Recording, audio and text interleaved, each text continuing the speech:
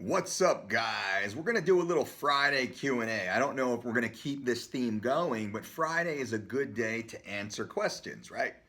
So this question comes from Dan Perez in California. Dan Perez was a high-level wrestler, now a wrestling coach, and competes in mixed martial arts competition. Dan asked, Mike, what is the appropriate amount of time to spend lifting weights while preparing for mixed martial arts competition? That's a great question. The answer, though, is individual. What does that mean? Well, how far are we away from competition? Is it next week? Are we 3 weeks out? Are we 6 weeks out? Are we 12 weeks out? Are we 12 months out? That being said, we have to overlay a periodization table on top of our competitive cycle. So we work with Olympic athletes who compete on a 4-year periodized training system. And during that 4-year time, we break that down to smaller competition markers, whether it's qualifying for the Olympics, or maybe it's the Worlds each year, or maybe it's bi-yearly competition and such. With mixed martial artists, typically UFC competitors compete 3 times per year. Amateur fighters typically compete a little bit more, 4 to 6 times per year, as they're getting more seasons. It's very important to understand where you sit in that periodization system. So, more strength training is not always a good thing, will not always make you stronger, and won't always make you a better athlete. Now, mind you, I am very much a strength-minded coach. I consider myself to be a strength coach first and foremost. That being said, it is my job, our job, to keep our athletes healthy. And I think the first role of any coach, more than anything else, is to preserve the health of the athlete. As we know, a healthy athlete will be the best possible competitor. We need to keep our athletes healthy. We need to understand that overtraining an athlete and an athlete being in overreaching syndrome is not a good thing. This happens very much, specifically during training camp. So for the purposes of this video, we'll talk about inside a training camp. Most training camps are 6 to 12 weeks in duration. We're going to split that and we're going to say it's 8 weeks, because what is your experience level? How often are you training? When is your competition cycle? We'll say it's 8 weeks you're actually in camp. Now, if you're in camp for 8 weeks, you should be working on strength and conditioning consistently. Your strength and conditioning should be focused on, first and foremost, prehab training. What is prehab training? Prehab is the maintenance of the skeletal muscular soft tissue frame. That's what prehab is. We're making sure your body is able to undergo the stress, the load, the intensity that will be applied upon it during the harder weeks of mixed martial arts training. Now, joint mobility is huge. Lower lumbar, neck, knee, ankle, hip, elbow, wrist. This is very important and often overlooked. So a strength coach's first goal, first objective, is to prehab the athlete. In that system, we're also focused on ensuring the athlete does not have muscular imbalances. Weak hamstrings, tight hamstrings, powerful over-dominant quads. Not good. You're setting yourself up for serious injury. The strength coach's job is to balance these imbalances while prehabbing all of the joints and soft tissues, ensuring the athlete can go through these full ranges of mixed martial arts preparation. Getting stuck in a scramble while wrestling, the twisting, the torquing, the pulling, the shearing forces that will be applied to the athlete during this training camp. The coach needs to understand that. That's the first goal, and that's the first role. Before we talk about hitting 1 rep, 3 rep, 6 rep explosive type of events, before we start talking about plyo work or sled drills and tire flipping and treadmill and all those other things. That's truly ancillary to the prehab, to the mobility, and to the identification and improvement of muscular imbalances. Because if any of those persist during training camp, the likelihood of the athlete getting hurt is very high. the likelihood of the athlete underperforming is very high. First and foremost, you as the athlete and we as the coaches must understand that. Now, once we're working with a healthy athlete, then we can start to add different performance goals into the training system. Now, what type of athlete do you have? Is it a Diaz brother, let's say, typically a longer, leaner, lighter, ectomorphic type of frame, who typically have excellent endurance ability? They can go. I don't know if a Diaz has ever gassed out in a mixed martial arts competition. I don't believe I've ever seen it. Or is the athlete more explosive, like a Yoel Romero? Very muscular, very mesomorphic type of frame, very explosive. With that, there is an energy depletion that certainly happens with a Romero that does not seem to happen with the Diaz. Though a Diaz might be able to improve absolute strength development or increase force per kilogram, their force per kilogram ratio.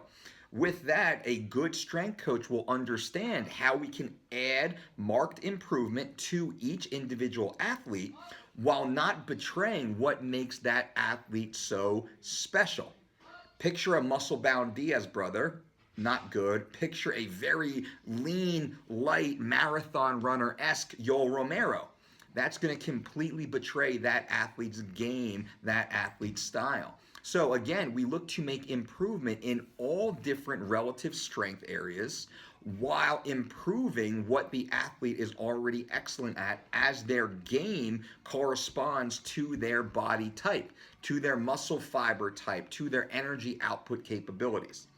I wanted to give context before I actually break down the actual training style I believe to be best.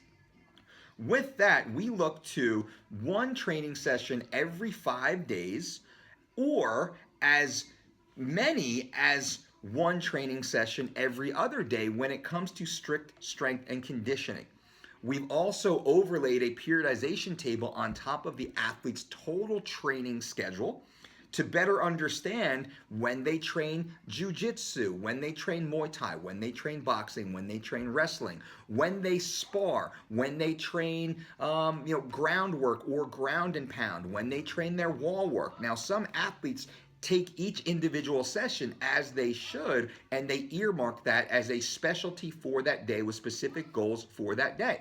I know mixed martial arts that have 10 to 12 different training goals within their weekly program, in addition to strength and conditioning and or their road work. Now, we would roll road work into our strength and conditioning module.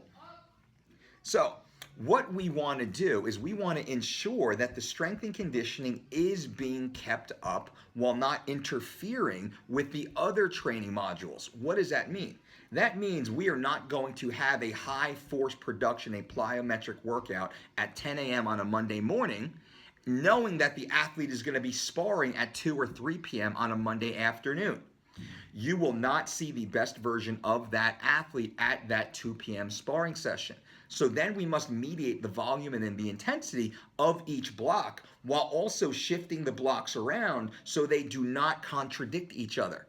Now, this level gets very deep, and it should be a consortium. It should be your coaches should all sit down and determine what each individual coach's goal is, but truly as a team determine what the overall goal of the team is for the best performance of that athlete on that night versus that type of opponent.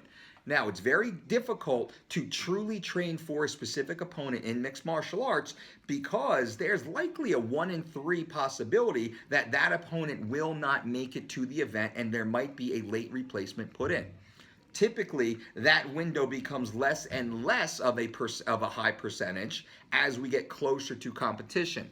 Usually within 2 or 3 weeks of competition, we know who we're already going to be fighting, but also at that time, we pretty much started to taper, pull away, and deload from the intense and the high intensity and the high to moderate volume of training. So at that point, we're really just perfecting as we go. So it's those hard weeks between, let's say, week 8 or so and week 2, that 6-week period, that this becomes very important to moderate that volume and intensity, but also pay attention to the specific training blocks. I hope this has been helpful thus far. Now, what we look to do is we look to have two specific days or training types per week. One is focused more on force development, and one is focused on metabolic conditioning, but also speed and agility training. That does not mean they are specific only to that modality. That means that is the primary focus, with ancillary work done to support and improve the other types of strength and energy recruitment that are necessary for optimal performance as a mixed martial artist. How would that break down? That might break down as an athlete doing, let's say it's a force production day, and we're having our athlete do heavy weighted Bulgarian split squats with a heavy weight for anywhere between 3 to 6 reps. We might have our athlete using and holding a heavy off-balance medicine ball. We have XD official medicine balls here in our training center, which are excellent, and we have different circumferences of these balls. They go up to 150 pounds. If an athlete can do 6 unilateral Bulgarian split squats with a 150-pound, 18-inch medicine ball, you are talking about an absolute beast. That might be one way to look into absolute strength development specific for a mixed martial artist. There's different variants of a deadlift that we might use, or different variants of a clean, a power clean, a jerk or hanging jerk, a press, a push press. There's many different forms that we would use. There's probably 100+ different exercises that any good coach out there will have access to. What we always make sure that we do, though, is we train the athletes with biomechanically correct form and technique. Never do we push past the point of muscular failure with our athletes, as that creates a negative response within the central nervous system, and also the risk of injury goes very high, because the first rule is what? Do no harm. Deliver a healthy athlete to each training session. For, let's say, metabolic conditioning and or speed, agility, mobility work, that's where we might bring out the ladder. That's where we might have the tennis ball, playing tennis ball catch, hopping on one leg, different unilateral type of work. Once again, we do quite a bit of unilateral work with our athletes.